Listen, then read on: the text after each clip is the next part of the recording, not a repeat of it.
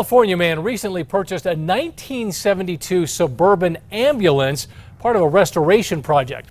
Now, he wanted to learn about its history, and one Facebook post led him to a family right here in New Mexico.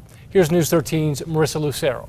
Dean, that family tells me they always wondered what happened to this ambulance, but they never thought they'd see it nearly 50 years later and in another state. The letters are barely legible. The paint is peeling away. She does drive. But she also needs some work. I had to come home and break the news to my wife that I found a project. Steve Prater, a California paramedic and longtime member of a car club, says he's been looking for an old Suburban ambulance for the last 15 years.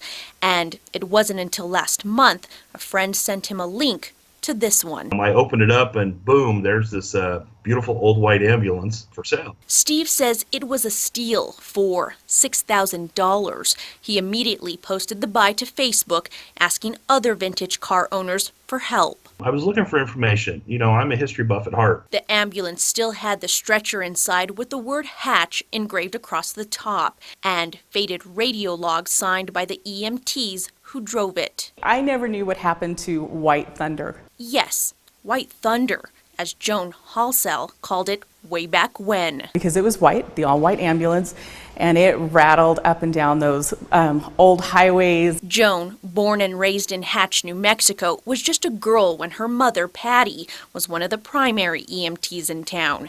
That's her signature down the entire right column. And sometimes if you were primary, that primary person would take the ambulance home with them and then go directly to the scene. She says her mother is partly responsible for helping bring more medical services into the Hatch area. She passed away in 2002 after battling cancer.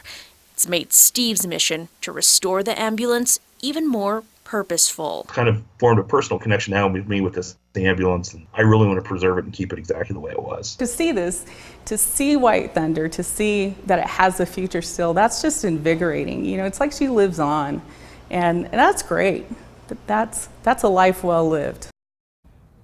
Prater says it should take 2 to 3 years until the ambulance is completely restored. Dean, back to you. All right, good stuff, Marissa. Thank you. Also says she and her siblings want to travel to see that ambulance once it is finished.